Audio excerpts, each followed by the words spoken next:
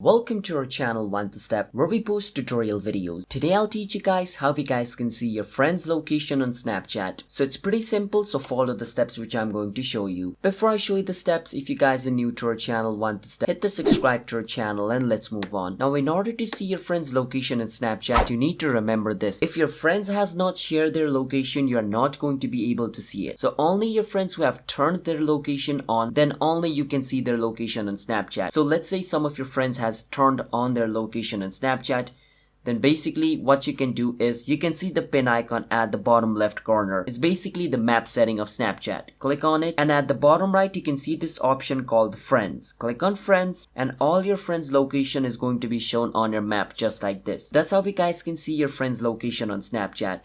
Now I have tons of friends on Snapchat, as you guys can see, but if I go on map, it's only going to show me like 1, 2, 3, 4 of my friends, because only 4 of my friends has shared their location on Snapchat.